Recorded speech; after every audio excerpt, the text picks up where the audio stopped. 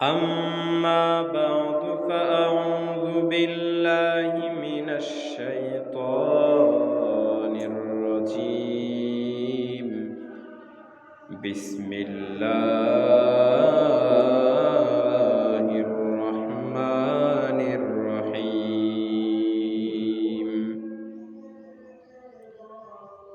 قد أفلح من تزكى وذكر اسم ربه فصلى بل تؤثرون الحياة الدنيا والآخرة خير وأبقى. صدق الله مولانا العظيم. قال النبي صلى الله عليه وسلم: الغنى غنى النفس، أو كما قال عليه الصلاة والسلام.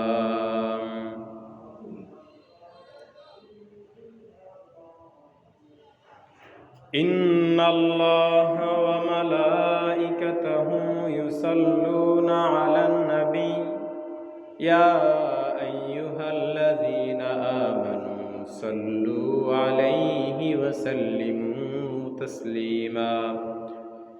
جزى الله عنا محمدا ما هو أهله.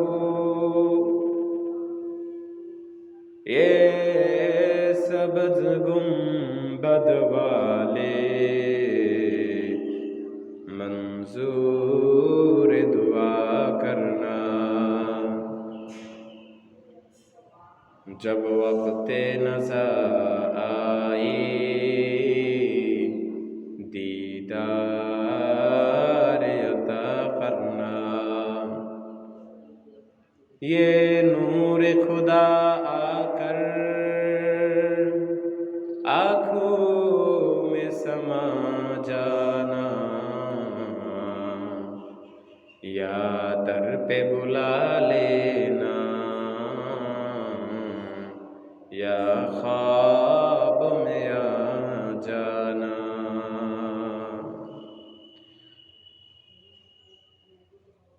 মহান রব্বুল আলামিনের দরবারে লাখো কোটি শুকরিয়া জ্ঞাপন করি।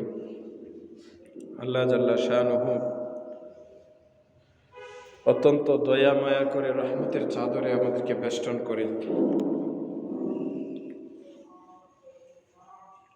জুমার নামাজ পড়ার জন্য জুমার মসজিদে এসে বসে কিছু আলোচনা করার এবং শোনার তৌফিক দান করেছেন। এজন্য কালিমাতুশ শুকর আদায় করি, বলি আলহামদুলিল্লাহ। আলহামদুলিল্লাহ। খুতবার মধ্যে আমি আয়াত পাঠ করেছি সূরা আলা।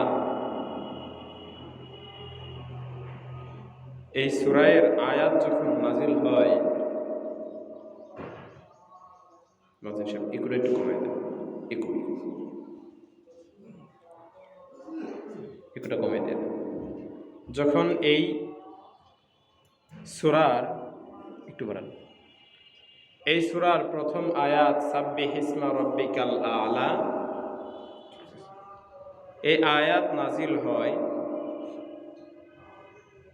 আল্লাহর নবী সাহাবীদেরকে উদ্দেশ্য করে বলেন, সেজদায় যখন তোমরা চলে যাইবা, সেজদায় যাওয়ার পরে সেজদায় যাওয়ার সময় সেজদায় গিয়ে সুবহানা রাব্বিয়াল আ'লা পড়বে।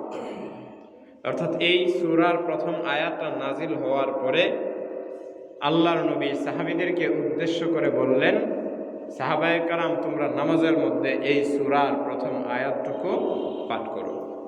এই সূরার মধ্যে আল্লাহ রাব্বুল আলামিন প্রথম আয়াতে বলেছেন সাব্বিহ ইসমা রাব্বিকাল আ'লা। এজন্য আমরা সেজদায় গিয়ে পড়ি কি সুবহানা রাব্বিয়াল আ'লা, সুবহানা রাব্বিয়াল আ'লা। এই আয়াত নাজিল হওয়ার পরে আমরা কি করতে পারলাম, সেজদায় কি তাসবিহ পড়ব ওইটা রাসূল থেকে পাইলাম। রুকুর তাসবিহ কোনটা পড়ি আমরা, সুবহান রাব্বিয়াল আযীম। এই সুবহান রাব্বিয়াল আযীম সূরা ওয়াকিয়া নাম শুনেছেন আপনারা? যদি কোনো ব্যক্তি মাগরিবের পরে পড়ে, আনাস রাদিয়াল্লাহু তাআলা আনহু থেকে বর্ণিত সূরা ওয়াকিয়া যদি কেউ মাগরিবের পরে পড়ে, আল্লাহ রাব্বুল আলামিন তার রিজিকের অভাব দূর করে দেবে। সুবহানাল্লাহ। তো ওই সূরার সর্বশেষ আয়াত হলো ফাসাব্বিহ বিসমি রাব্বিকাল আযীম, যে তোমরা তোমাদের মহান রবের তাসবিহ পড়ো। এই আয়াত নাজিল হওয়ার পরে সাহাবী বলেন, আল্লাহর নবী বললেন তোমরা এই আয়াত রুকুর মধ্যে পড়া শুরু করো। তো ওইখান থেকে রুকুর মধ্যে সুবহান রাব্বিয়াল আযীম পড়া শুরু করো। তাহলে জানতে পারলাম রুকুর তাসবিহ আমরা পড়ি সুবহান রাব্বিয়াল আযীম। এই তাসবিহটা সূরা ওয়াকিয়ার সর্বশেষ আয়াত নাজিল হওয়ার পর থেকে আমরা পড়া শুরু করলাম। আর সিজদার মধ্যে যে সুবহান রাব্বিয়াল আলা তাসবিহ পড়ি, ওই তাসবিহটা সূরা আলা নাজিল হওয়ার পর থেকেই রাসূল আদেশ করেছেন।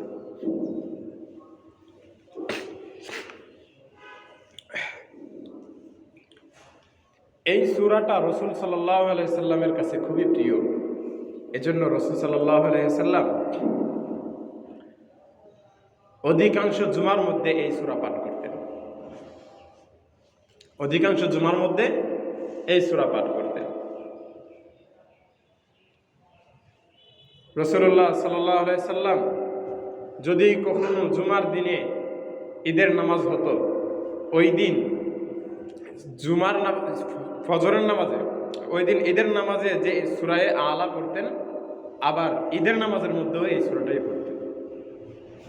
রাসূল এত মহব্বত করতেন এই সূরাটাকে। আয়েশা সিদ্দিকা রাদিয়াল্লাহু তাআলা আনহা বলেন, রাসূল সাল্লাল্লাহু আলাইহি সাল্লামকে আমি দেখেছি প্রায় সময় সূরা আলা পড়তেন, সূরা আলা পড়তেন।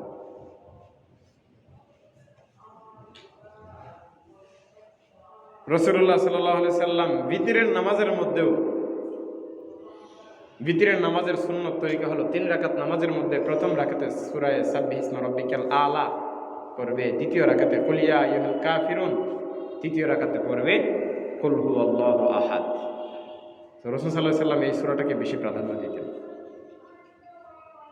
কেন? এর অর্ধেক আলোচনা আমরা গত 3 সপ্তাহ 4 সপ্তাহে শুনেছি।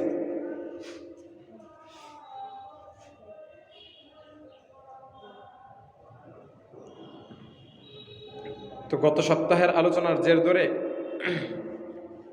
এই সূরার মধ্যে আল্লাহ রাব্বুল আলামিন মানুষদেরকে নসিহত করলেন যে তোমরা রবের নামে তাসবিহ পড়ো। তাহলে যারা আমরা 5 ওয়াক্ত নামাজ পড়ি, আমাদের তাসবিহ পড়া হচ্ছে। এর মধ্যে আরো অনেকগুলা নসিহত পড়লেন। নসিহত পড়ার পরে আল্লাহ রাব্বুল আলামিন বললেন, এই নসিহত শুধু তারাই মানবে সায়াযাক্কারু মান ইয়াখশা, যারা আল্লাহকে ভয় করে।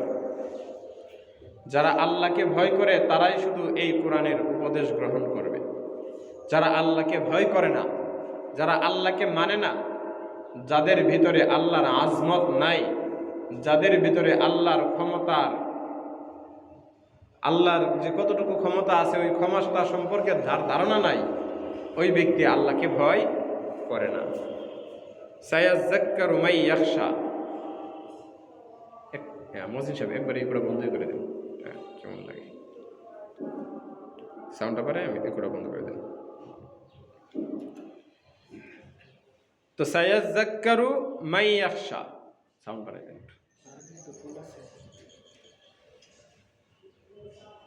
আল্লাহ বলেন,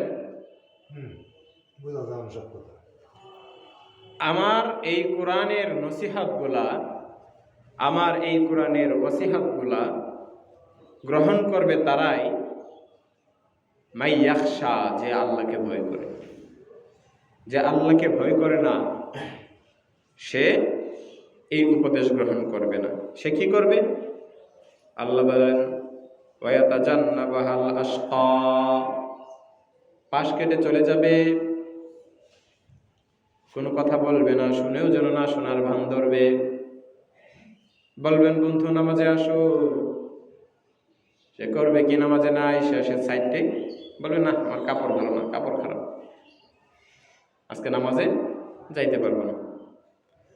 ওয়ায়াতাজান্নাবুহাল আশকা, যে বিপদগামী মুসিবতগ্রস্ত, যে হলো হতভাগা। আশকা বলা হয় হতভাগাকে। ওয়ায়াতাজান্নাবুহাল আশকা, আশকা বিপদগ্রস্ত, ক্ষতিগ্রস্ত, কপাল পোড়া। ওই কপাল পোড়ারা আল্লাহর এই আদেশকে অমান্য করে, ভ্রুক্ষেপ না করে সাইড কেটে চলে যাবে, সাইড কেটে চলে যাবে।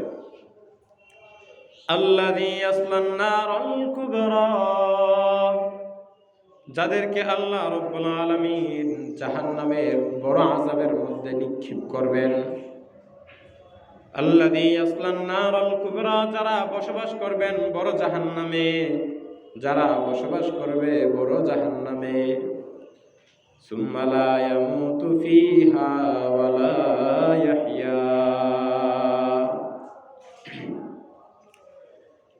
সূরার মধ্যে আল্লাহ রাব্বুল আলামিন আর বলেন, যারা জাহান্নামে চলে যাবে, যাদেরকে জাহান্নামে নিক্ষেপ করা হবে, সুম্মা লা ইয়ামুতু ফিহা,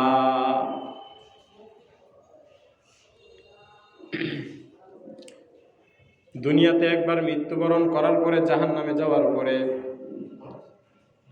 দুনিয়াতে একবার মৃত্যুবরণ করার পরে তাকে যখন জাহান্নামে দিয়ে দেওয়া হবে, সুম্মা লা ইয়ামুতু ফিহা, ওই জাহান্নামে তার মৃত্যু হবে না, ওই জাহান্নামে সে মারা যাবে না। ওয়ালা ইয়াহইয়া, তাকে আবার জীবনও দেওয়া হবে না। মরণ একবারই। ইন্না মাউতাতানাল উলা, আমাদের মরণ শুধু একবারই হবে, আমাদের মরণ শুধু একবারই হবে। দুনিয়াতে দেখবেন কেউ যদি মুসিবতে পড়ে যায়, তখন মুসিবতের ঠেলায় বলতে থাকে, আল্লাহ কত মানুষ মারা যায়, আমি কেন মরি না, কতজন মারা যায়, আমি কেন মরি না, কষ্টের কারণে বলে। কিন্তু সে মনে করে যে আমার এই যদি মরণ হয়ে যায়, মনে হয় কষ্ট শেষ হয়ে যাবে। আমাদের ধারণা এমনই, যদি মরে যায় তাহলে মনে হয় কষ্ট শেষ হয়ে যাবে। জাহান্নামীদের অবস্থা এমন হবে, জাহান্নামীদেরকে জাহান্নামে ফেলার পরে জাহান্নামের শাস্তি ভোগ করতে করতে জাহান্নামের শাস্তিটা তাদের কাছে এত কঠিন মনে হবে, কঠিন মনে হওয়ার কারণে তারা বলবে রবকে, রব আমাদেরকে মৃত্যু দিয়ে দেন, আর পারছি না, একটু মেরে ফেলেন আমাদেরকে। আল্লাহ বলেন, লা ইয়ামুতু ফিহা, কষ্ট হবে, মরণকে চাইবে কিন্তু মরণ হবে না, কিন্তু মরণ হবে না। চাওয়ার পরে না পাওয়া অনেক কষ্টের, চাওয়ার পরে না পাওয়া অনেক কষ্টের। মুসিবতে থাকার পরে মরণ হয় না, তারপরে কত কিছু কপালে থাবড়ায়, গালে থাবড়ায়, গলায় দড়িও দেয়। গলায় কি দেয়? রশি দেয়। তো কবরের মধ্যে জাহান্নামে যাওয়ার পরে যদি আপনি গলায় দড়ি দেন, রশি দেন, গলা কেটে আলাদা করে ফেলেন, তারপরে আপনার মৃত্যু নাই, আপনাকে শাস্তি দেওয়া হবে এমন ভাবে। তাফসীর ইবনে কাসিরের মধ্যে বলা হয়, যারা জান্নাতি হবে তাদের তো কোনো মরণ নাই, তাদের মরণের প্রয়োজনও নাই, তারা কোনোদিন মরণকে ডাকবেও না। তারা বলবে, হ্যাঁ রব ঠিক আছে, শান্তিতে আছি তো। আরামে এসে থাকলে কি কেউ চেঞ্জ করতে চায় জায়গা? জায়গা চেঞ্জ করতে চায় না। আরাম আয়েশের জিন্দেগিতে জান্নাতে আছেন, এজন্য আর কোনো কি নাই, টেনশন তাদের নাই, এজন্য তারা মরতেও চাইবে না। জাহান্নামীরা বলবে, রব মেরে ফেলেন, মেরে ফেলেন, আমি আর থাকতে চাই না জাহান্নামে। তো জাহান্নামে আর থাকতে চাইবে না, কিন্তু আল্লাহ এই দোয়া কবুল করবে না। তাফসীর ইবনে কাসিরের মধ্যে বলেছেন, যে যারা মৃত্যুকে ডাকবে তাদেরকে শাস্তি দেওয়া হবে, তাদের শরীরে আগুন দেওয়া হবে, তাদেরকে,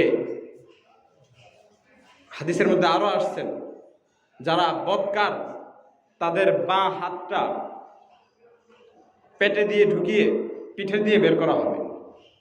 বের করার পরে তাদের পিছনে, তাদের হাতের মধ্যে দেওয়া হবে আমলনামা। জাহান্নামের আগুনে যখন পোড়া হবে, পুরো যখন শরীর ছাই হয়ে যাবে, ওই চামড়ার মধ্যে নতুন করে আবার চামড়া গজাবে। এই যে এখন কিন্তু গাছের সব পাতা ঝরে যাবে, সব গাছের পাতা ঝরে আবার নতুন চারা নতুন গাছের পাতা ধরবে। তো জাহান্নামীরা তাদেরকে শাস্তি দেওয়ার পরে শরীর যখন পুরে চারখার হয়ে যাবে, আংরা হয়ে যাবে, তখন তাদেরকে শরীরের মধ্যে আবার নতুন করে চামড়া দেওয়া হবে, আবার নতুন করে তাকে শাস্তি দেওয়া হবে। মরণ হবে না, কোনোভাবেই মরণ হবে না, জান আপনার দেহ থেকে বের হবে না। তাফসীর ইবনে কাসিরের মধ্যে আছেন, যাদেরকে চিরস্থায়ী জাহান্নামে ফেলা হবে তাদের অবস্থাটা এমন হবে। যারা চিরস্থায়ী জাহান্নামী হবে না, ঈমান থাকবে অন্তরে। কি থাকবে? ঈমান যাদের অন্তরে থাকবে, তাফসীর ইবনে কাসিরের মধ্যে উল্লেখ করেছেন, তাদের শরীর গোড়া ফাহমান হয়ে যাবে। ফাহমান বলা হয় আঙ্গার। জ্বলন্ত লাকড়ি যদি আপনারা চুলার মধ্যে দেন, দেখবেন আগুন ধরার পরে এটা একটা কি হয়ে থাকে, এই কয়লার মতো হয়ে যায়, আংরা। আমরা গ্রাম্য ভাষায় এটাকে বলি আংরা,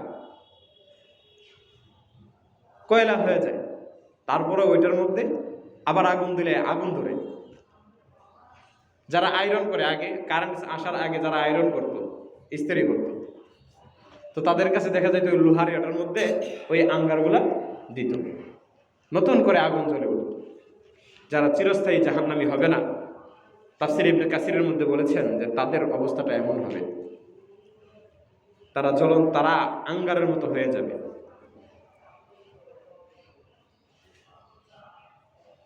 কিছু কিছু ক্ষেত্রে কিছু কিছু পাবে ঈমান থাকার পরে, তাদেরকে ঈমান থাকার পরে, বুঝের বিষয়টা, ঈমান থাকার পরে তাদেরকে একটু হালকা করা হবে, একটু কষ্ট কম দেওয়া হবে। পরবর্তীতে যখন তাদেরকে সুপারিশের মাধ্যমে 8 ধরনের সুপারিশ হবে। কয় ধরনের? 8 ধরনের সুপারিশ। প্রথম সুপারিশ রাসূলুল্লাহ সাল্লাল্লাহু আলাইহি সাল্লামের এবং শেষ সুপারিশ রাসূলুল্লাহ সাল্লাল্লাহু আলাইহি সাল্লামের। এরপরে বাকিগুলা হলো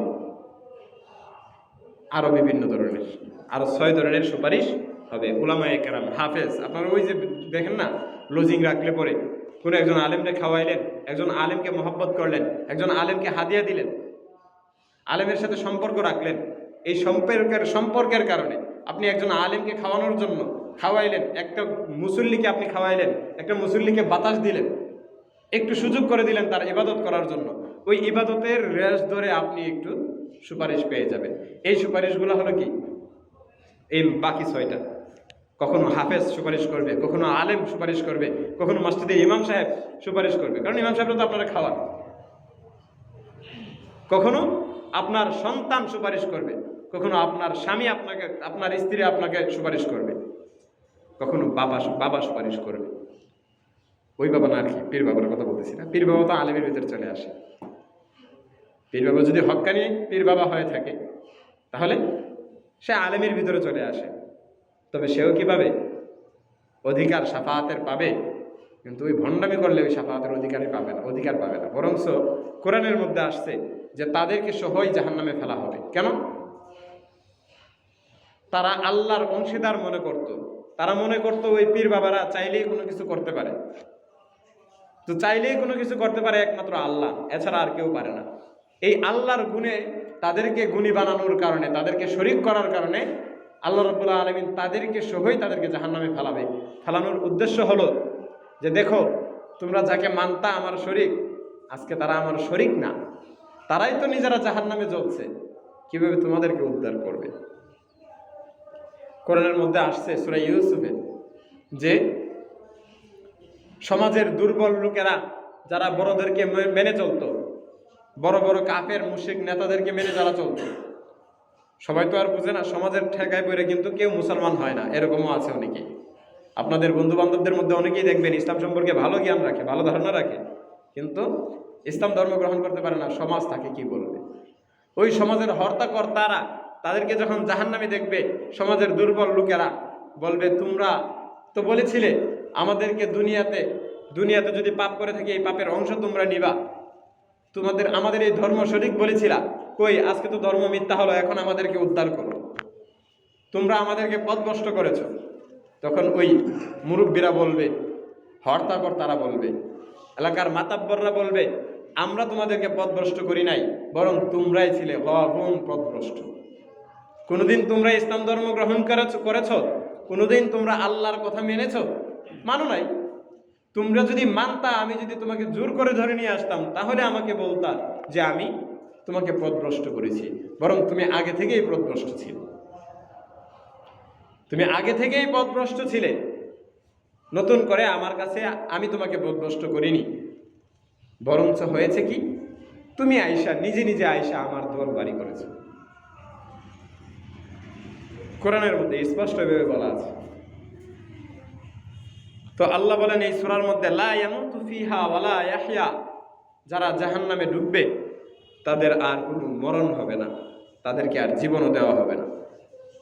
কোরআনের আরো এক আয়াতে আছে, তারা জাহান্নামে ঢোকার পরে বলবে, আল্লাহ একবার সময় আমাদেরকে দিন, দুনিয়াতে গেলে আর এই পাপ করব না। যদি দুনিয়াতে গেলে পাপ করি তাহলে ধরে নেবেন আমরা পথভ্রষ্ট। আল্লাহ বলবেন, তোমাদেরকে ধরে নিব আমি পথভ্রষ্ট কেন, আমার এত ঠেকা পড়ছে? তোমাদেরকে দুনিয়াতে আমি সময় দিয়েছি, জীবন দিয়েছি, সব কিছু দিয়েছি, নবী প্রেরণ করেছি, কিতাব প্রেরণ করেছি, আলেম উলামা প্রেরণ করেছি, তোমার ধারে ধারে গিয়ে, তোমার কাছে গিয়ে দাওয়াত দিয়েছে, কিন্তু তুমি দাওয়াত গ্রহণ করো নাই। দুনিয়াতে তোমাকে সুযোগ দিয়েছে, এবার আর সুযোগ দেওয়া হবে না।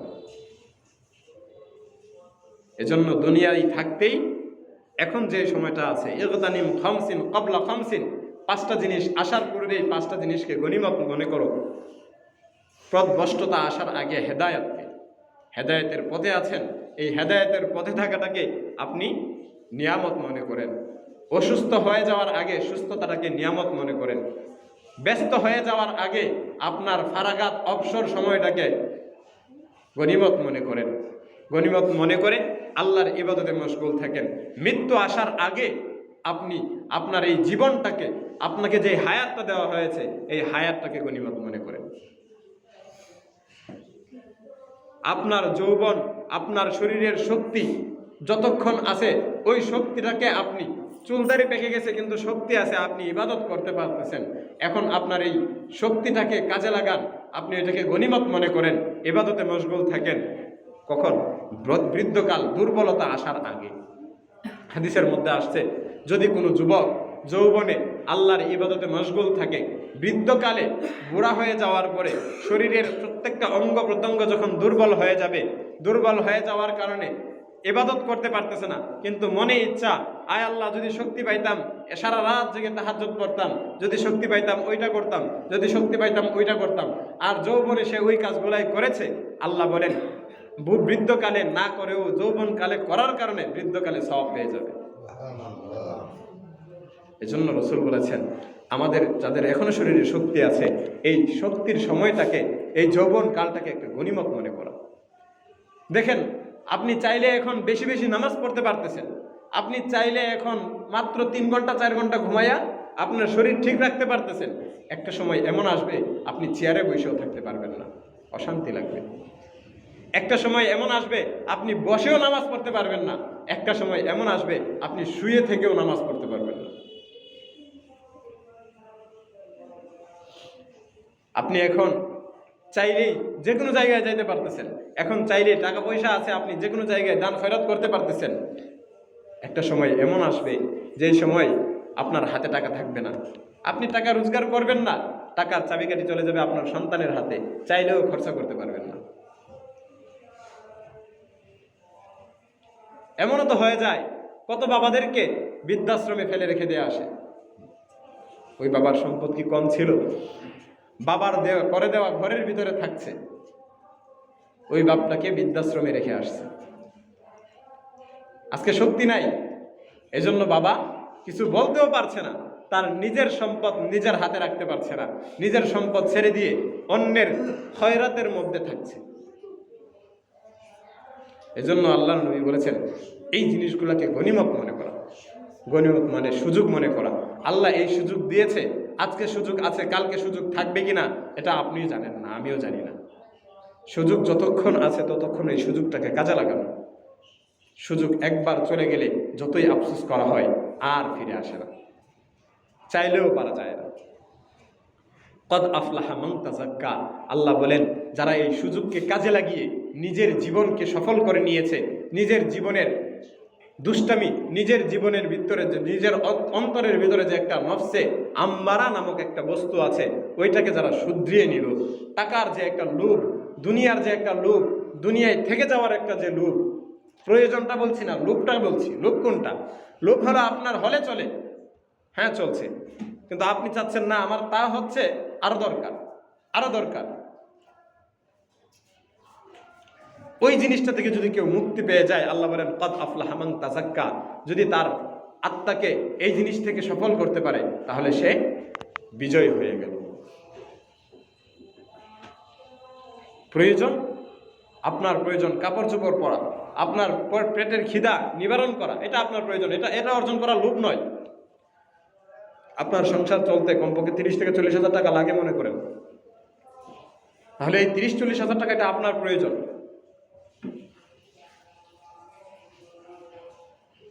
এখন যদি কেউ 30-40 হাজার টাকার উপার্জনের জন্য, তার বিবি বাচ্চা সন্তান ফ্যামিলি রক্ষার জন্য, তার নিজের প্রয়োজনের জন্য যদি কেউ চেষ্টা করে আর তাকে যদি লোভী বলেন, তাহলে এটা একটা অপরাধ। এটা একটা কি অপরাধ?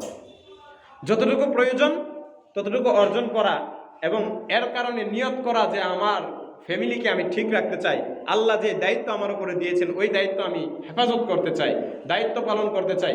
আল্লাহর নবী বলেছেন এই প্রত্যেকটা নিয়তের কারণে আপনার প্রত্যেকটা টাকা আনা করি, অর্জন করা, উপার্জন করা, ব্যয় করা, সবগুলো সবকার সব পাবেন। আপনি আপনার স্ত্রীর উপরে টাকা খরচ করছেন, একটু শখ করে আপনার স্ত্রীকে একটা শাড়ি কিনে দিচ্ছেন, আপনি আপনার স্ত্রীকে একটা লিপস্টিক কিনে দিচ্ছেন, আপনি আপনার স্ত্রীকে একটা সুন্দর সাজনি কিনে দিচ্ছেন, এতেও সৎকার সব পাবেন। নিয়ত ঠিক থাকতে হবে। একটা বুরকা কিনে দিচ্ছেন আপনার স্ত্রীকে, নিয়ত ভালো, নেক নিয়ত, আপনি সৎকার সওয়াব পাবেন। আপনার বাসা থেকে বাসায় যাইতে গেলে সন্তানের জন্য চকলেট একটা নিয়ে যেতে হয়, না গেলে সমস্যা আছে, বাবা ডাকবে না, আর আপনার ওই বাপ ডাকটা না শুনলে ভালো লাগবে না, নিতেই হবে। এই নেওয়ার সময় যদি আপনি নেন, আমার সন্তানকে আমি খুশি দেখতে চাই, আল্লাহকে খুশি করতে চাই, আল্লাহ যে আমাকে একটা হক দিয়েছেন সন্তানকে খুশি রাখা, এই হকটা আমি আদায় করতে চাই, এই নিয়তে যদি চকলেটটা নিয়ে যান তাহলে এটাও একটা সদকা। আপনার সন্তানকে কাপড় কিনে দিলেন, এটা একটা সদকা। আপনি খাবার খাইলেন যে আমার শরীরে শক্তি থাকবে, এই শক্তির বিনিময়ে আমি নামাজ বেশি করে পড়ব, এই শক্তি থাকলে পরে আমি উপার্জন করতে পারবো স্ত্রী বাচ্চাদের জন্য, আমি উপার্জন করতে পারবো যদি শক্তি শরীরে থাকে, যদি শরীরে শক্তি থাকে আমি আমার মা বাবার খেদমত করতে পারবো। এই নিয়তে করলে এগুলোও সদকা। আপনি খাবার খাবেন, এটাও সদকা, সওয়াব পাবেন, সদকার সওয়াব পাবেন। সদকা হচ্ছে না কিন্তু সওয়াব পাচ্ছেন। তো আল্লাহ রাব্বুল আলামিন ইসলামটাকে আমাদের খুব সহজ করে দিয়েছেন, কিন্তু আমরা কি করছি? আমরা তো মানুষ, আমাদের কাজ হলো হয়তো কাজটাকে একবারে সহজ করে ফেলবো, ছেড়ে দিব, না হয় কাজটাকে একদম কঠিন করে ফেলবো। এটা হচ্ছে আমাদের স্বভাব। এমন স্বভাবের মধ্যে একটা স্বভাব হলো লাইলাতুল বারাত, লাইলাতুল নিসমিন শাবান। এই লাইলাতুল নিসমিন শাবান, রবিবার দিন গিয়ে রাত, যে রাতটা আসবে শাবান মাসের 15 তারিখের রাত, ওই রাতটা, এই রাতের ব্যাপারে পাবলিকের অবস্থা, আলেমরা কিন্তু সবাই জায়গায় ঘুরাই গিয়ে দেখবেন এক, সবার কথা যদি তাদেরকে ভালো করে জিজ্ঞাসা করেন এক উত্তর দিবে, কিন্তু ওই পাবলিকগুলা বাড়াবাড়ি, কেউ করে বাড়াবাড়ি, কেউ করে ছাড়াছাড়ি, কেউ কি সবে বরাত বলতে কোনো কিছু নাই, কেউ বলে কি সবে বরাত বলতে কোনো কিছু নাই, ওই রাতের কোনো ফজিলতই নাই, বলে দিবে একদম। আচ্ছা, আপনি আমার প্রশ্ন আপনাদের কাছে, যদি আমি ধরে নিলাম সবে বরাত না, লাইলাতুন নিসমিন শাবান মাসের 15 তারিখ না, আমি ধরে নিলাম 13 তারিখের রাত, আমি যদি 13 তারিখের রাতে সারা রাত জেগে ইবাদত করি, আল্লাহ সওয়াব দিবে কিনা? দিবে না? আল্লাহ দিবে। আমি যদি 15 তারিখে ইবাদত করি, আল্লাহ সওয়াব দিবে কিনা? দিবে। তো রাতের ফজিলত আছে কিনা? 14 তারিখে কমপক্ষে তো এতটুকু আছে। 14 তারিখ 15 তারিখ এই রাতগুলোর যে ফজিলত, সারা বছরের যে রাতগুলোর ফজিলত, এই ফজিলতটা তো কমপক্ষে 15 তারিখের আছে নাকি? একবারে ফজিলত যদি নাই বলি তাহলে আমি তো একটা চিরচারিত নিয়মকে অস্বীকার করে ফেললাম। প্রত্যেকটা রাতের ফজিলত আছে, প্রত্যেকটা রাতের ফজিলত আছে, এবং প্রত্যেকটা রাতের মধ্যে থেকে কিছু কিছু রাতকে আল্লাহ তাআলা বৈশিষ্ট্যমণ্ডিত করেছেন, কিছু কিছু বৈশিষ্ট্য দিয়েছেন। আরেক দল মানুষ তারা বলে ফজিলত নাই, মানে ওই যে হেরাজে বলছে ফজিলত নাই, এখন ফজিলত প্রমাণ করবে, করতে গিয়ে এমন করবে এত পরিমাণ ফজিলত, এত পরিমাণ ফজিলত, এত পরিমাণ আগুন জ্বালাইবো আর খাবার পাকাইবো যে এই রাতে আর ইবাদতই করতে পারবে না। এত পরিমাণ জিলাপি বাটবে আর ওই রাতে কোনো ইবাদতই করতে পারবে না। এই রাতে এত পরিমাণ ওয়াজ নসিহত করবে, আশেপাশে মানুষের কে আর নামাজ পড়তে দিবে না। এই অবস্থা আমাদের। ওই মানুষ তো কেউ করি ভাড়াবাড়ি, কেউ করি ছাড়াছাড়ি। আসলে মূলত বিষয়টা কি? এই রাতের ব্যাপারে হাদিসে আসছে, কুমু লাইলাহা ও সুমু নাহারাহা, রাতের বেলা নামাজ পড়ো, দিনের বেলা রোজা রাখো। হাদিসে আসছে। ওই হাদিসটা নাসিরউদ্দিন আলবানী, ইবনে কাইয়ুম জাওজি তারা বলেছেন হাদিসটা খুবই দুর্বল। শরীয়তের রসুল হলো, যদি হাদিস খুবই দুর্বল হয় আমলের ক্ষেত্রে ওইটা সোয়াবের আশায় করা যেতে পারে, যদি মাউজু না হয়ে যায়। মাউজু মানে বানোয়াট, বানোয়াট যদি হয়ে যায় আর এটাকে ইসলাম মনে করা হয় তাহলে এটা বেদাত হয়ে যাবে। আর যদি এটা জয়ীফ হয়, দুর্বল হয়, বর্ণনাটা কি হয়, যারা হাদিসটা বলছে তারা একটু দুর্বল, তাদের এত মান নাই আর কি, এত উচ্চমানের মানুষ না। এলাকার এমপি মন্ত্রী একটা কথা, একটা ওয়াদা করলে যেরকম একটা দাম থাকে, একটা ওই পাগল যদি ওয়াদা করে এটার কি এরকম দাম, তো এরকম দাম না। তো এটার একটু মানটা একটু কম, মানটা কি একটু কম। তো মান তো আছে, কম হোক আর বেশি হোক মান তো আছে, মানতে হবে, মান আছে। তো ওই রাতের অবশ্যই ফজিলত আছে, কিন্তু যারা বলে ওই যে অতিরিক্ত করে তাদের মতো না, যারা ছেড়ে দেয় তাদের মতো না। রসুলও বলেছেন খায়রুল উমুর আওসাতুহা, মধ্যম পন্থা অবলম্বন করা, দুইটার মধ্যবর্তী অবস্থা অবলম্বন করা, এটাই হলো উত্তম। তো এই রাতের ব্যাপারে আমরা এত বাড়াবাড়িও করবো না, এত ছাড়াছাড়িও করবো না। কেউ কেউ এই রাতের বেলায় নামাজ নির্দিষ্ট করে 12 রাকাত, 14 রাকাত, 20 রাকাত এরকম নামাজ নির্দিষ্ট করে। এরকম নির্দিষ্ট কোনো নামাজ নাই। এই রাতে আপনি যা মন চায় তা করতে পারেন। অন্যান্য রাত্রের বেলা যেভাবে ইবাদত করতে পারেন ওই রাত্রে ওইভাবে ইবাদত করতে পারেন। বিশেষ কোনো নিয়ত নাই যে আমি বরাতের রাতের নামাজের নিয়ত করতেছি, এরকম বলতেও হবে না। নফল নামাজ পড়লেই হবে। বরাত করেন না কি করেন এটা আল্লাহ জানেন। আল্লাহ আপনাকে এত কঠিন করে দেন নাই, সহজ করে বলবেন। কাজটা যখন সহজ করা যায় কেন কঠিনে যাবেন? ওই যে আমাদের একটা মানবতার একটা অভ্যাস আছে না, কাজটাকে একটু কঠিন করতে হবে। সহজটাকে সহজভাবে নিব না, একটু কঠিন করেই নিব, এটা আমাদের অবস্থা। তো এই রাতের ব্যাপারে আমরা কেউ বাড়াবাড়িও করবো না, ছাড়াছাড়িও করবো না। এই রাতের ইবাদত কি? নির্দিষ্ট কোনো ইবাদত নেই। যা মন চায় আপনি ইবাদত করতে পারেন। মন চাইলে তেলাওয়াত করেন, মন চাইলে নামাজ পড়েন, মন চাইলে দান খয়রাত করেন, মন চাইলে কি করেন? দান খয়রাত করেন। আলী রাদিয়াল্লাহু তাআলা আনহু রাতের বেলা টাকা পয়সা দান করতেন, দিনের বেলা টাকা পয়সা দান করতেন, প্রকাশ্যে দান করতেন, গোপনে দান করতেন। তো এই আয়াতের মধ্যে আল্লাহ রাব্বুল আলামিন বলছেন এই যে সম্পদের যে অতিরিক্ত যে লোভ হয়ে যাচ্ছে তারপরে আরো লাগবে, এই অতিরিক্ত লোভটার কথা বলতেছেন।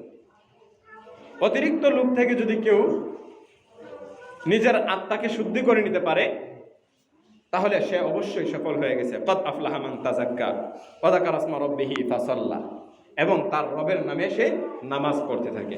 আমাদের টাইম শেষ হয়ে গেছে, ধারাবাহিক আলোচনা চলতে থাকবে ইনশাআল্লাহ। যারা সুন্নত করেন নাই সুন্নত করে নিন। ওয়া আখিরু দাওয়ানা আলহামদুলিল্লাহি রাব্বিল আলামিন।